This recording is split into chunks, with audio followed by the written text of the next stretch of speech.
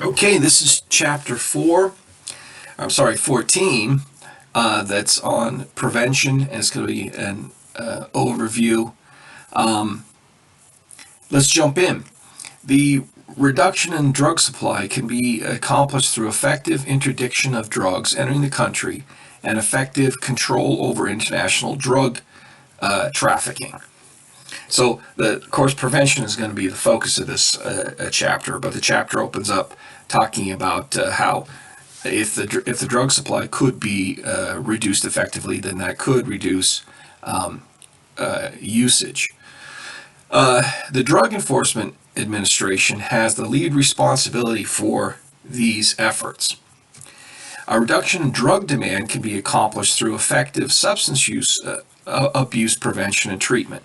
So basically, they're framing with the opening of this chapter of there's two sides. If you look at this like economists do, there's the supply side, which is how much of the drug is available, how easily available is it to people. And then there's the demand side of the equation. Again, we get that from economics, which is how motivated are people to use this drug and how sort of widespread is the interest in using it. The Substance Abuse and Mental Health Services Administration, or SAMHSA, has the lead responsibility for these efforts. So by that we mean about the prevention and treatment programs. The chapter focuses on the demand side with a review of prevention and treatment programs for substance abuse in the United States. In previous chapters, we focused more on the sort of supply issues, interdiction, trying to prevent drugs from being brought into the country and distributed to people within the United States. So we kind of covered those topics, maybe not always in much detail as we would like, but we did that in previous chapters. So this chapter we're going to focus exclusively on prevention and treatment. In 2016, the Office of National Drug Control Strategy's budget was $30 billion. I've updated again, as I usually do with statistics, from my numbers are newer than the textbooks. $30 billion in 2016. And this was evenly divided between prevention and treatment on the one hand, and the interdiction, criminal justice, trying to reduce supply on the other hand. So for a total of $30 billion, roughly split evenly. This is 2016. Now the current budget, fast forward to the current time, it's jumped up to roughly, rounding it here, about $47 billion, significantly higher number than 2016. $27.5 billion allocated for prevention and treatment, $19.3 billion for interdiction, the law enforcement, international, again, supply side of it. So what we've seen in the past, less than last few years, let's put it that way, has been a shift, not only an increase in the budget, significant increase, even if you take into account inflation, the increase is significant. But that's point number one. Point number two is that there's been a shift towards more treatment and prevention dollars as opposed to the supply side interdiction, law enforcement, that part of it. So there is a priority here. If we look at it in just terms of total budget, there's a higher priority for the prevention and treatment side of it. Substance abuse prevention can involve three possible types of intervention. Let's go over those three types. Primary intervention, number one. With primary intervention, efforts are directed to those who have not had any experience with drugs or those who have been only minimally exposed. So we're trying to reach people, and here we're talking mostly about often the target here is children who have not had either any exposure to drugs or only minimally exposed. So we're talking about people who are at the earliest level of any sort of contact with drugs. So indeed, many of these kids are going to be kids who've never tried drugs at all. Targets and primary prevention programs are most frequently in elementary school or middle school years. So we're talking early. We want to reach them before they've had much exposure to drugs. Now, that's primary prevention. In secondary prevention, the target population has already had some experience with drugs. The objective or the goal is to limit the extent of substance abuse and to prevent its spread of abuse behavior beyond the drugs already encountered. So we can see a couple of things there. That the assumption here with secondary is that these individuals are probably already using some substances to a significant extent. So the goal here is to not have things get worse, not to expand, and for these young, and it's typically going to be young people, not to expand the extent of their use, and particularly to avoid them getting into the area of substance abuse, the misuse of these drugs.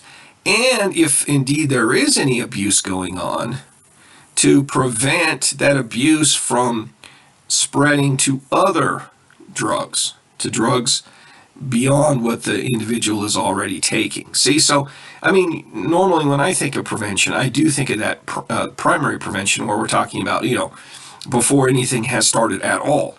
But the way that they divide up prevention is not pure like that they also have prevention efforts where what they mean by prevention is preventing things from getting worse. Okay, with tertiary prevention, the objective or goal is to ensure that an individual who has entered treatment, okay, so we're talking about a person who's had a substance abuse problem, has received a treatment for it, has entered and received treatment.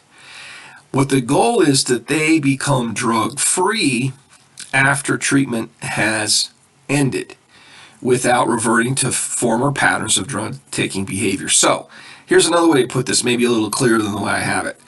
That is, with tertiary prevention, you're trying to avoid relapse. Or if you want to think of it in criminal justice terms, recidivism. You don't want them to fall back in to their illegal behavior or their drug-taking behavior. So it's at that end of it. So again, you may not think of that as prevention, because prevention you usually think of like in the beginning. But there's different levels, and this kind of prevention is preventing the person who's received treatment from falling back into their former pattern of drug abuse behavior. Now, a child who begins drinking before the age of 15 is twice as likely to develop a pattern of alcohol abuse and 4 times as likely to develop alcohol dependence compared to an individual who begins drinking at age 21. See, so the evidence is clear from the research here that the more you can delay a young person from consuming various types of drugs. Here the focus is on alcohol, but alcohol is a drug, just like any of these other drugs. It's just legal once you get to a certain age, but it's very similar to drugs in other ways. And this type of finding applies to other drugs as well. That the earlier you get started, the more likely you are to have problems down the road, addiction, dependency, and the negative things that can go along with dependency, with abuse, with substance abuse. And the longer that you can convince a child to wait before they're trying these things out, the better the odds for good outcomes. The better the odds that the kid, when he or she grows up, is going to avoid dependency problems and all the other problems that go along with addiction, with abuse. So taking your time, letting kids be kids and take their time before they're doing quote-unquote adult-like things like drinking alcohol, that's a good thing to take for these kids to take their time with that, because we know that the outcomes tend to be much better if you wait. If the age of onset, that's the term that they use for how old you were when you first consumed the substance. This age of onset can be delayed significantly if it can, or even to a moderate degree. There's a possibility of reducing the incidence of substance abuse or dependence. Okay, that's just the flip side of the coin of what the last point was.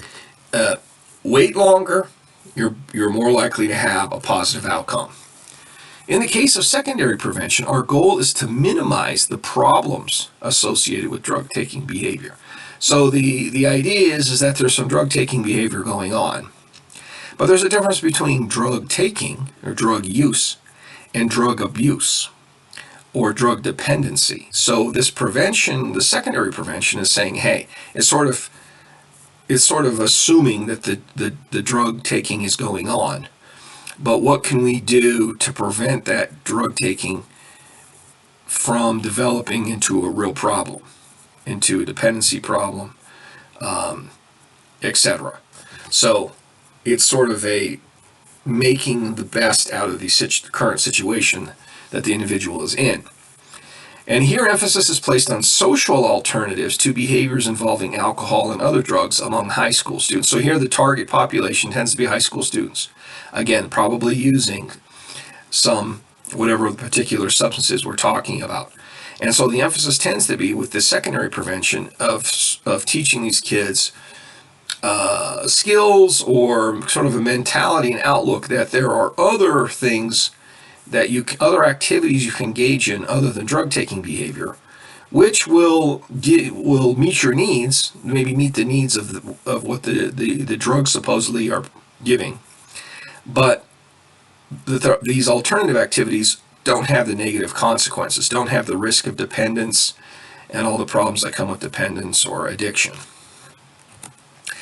At the college level, the moderate use of alcohol, and particularly the avoidance of alcohol binging, as well as education about the personal risk of designer synthetic drugs and the non-medical use of prescription medications, are all elements in a program of secondary prevention. So there's a little bit of shift in emphasis when we get up to the college level. It looks like we jump forward a little bit.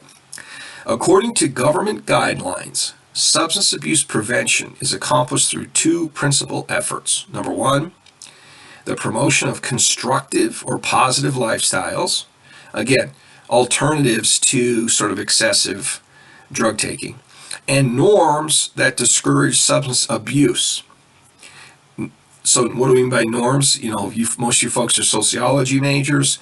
You should be familiar with that term by now that we're talking about. Rules about acceptable or unacceptable behavior, appropriate, inappropriate behavior. And number two, the development of social and physical environments that facilitate drug-free lifestyles.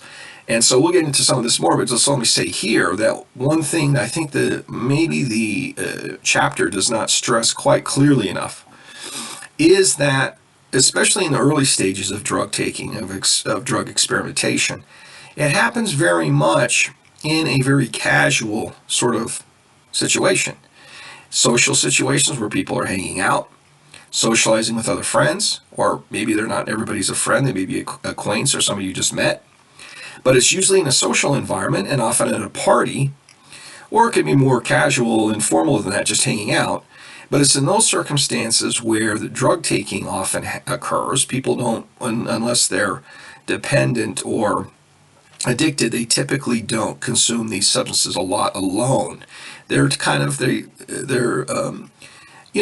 social. They're part of a social activity, typically speaking, and so if you can, that's very much situational. That's very much an environment, and so if you can have people in a less often in a sort of environment like that or a situation like that that's conducive to drug taking. That's what they're getting at here, that you can change drug-taking behavior if you sort of change circumstances, if you change the ease or the surroundings, which could either nudge you towards more drug-taking or nudging you away from it. And sometimes it's just that simple or mild of a process where they could sort of, nudging is a good way of thinking of it. Let's see. Before I continue on, let's take a little break, and then we'll pick it up in part two.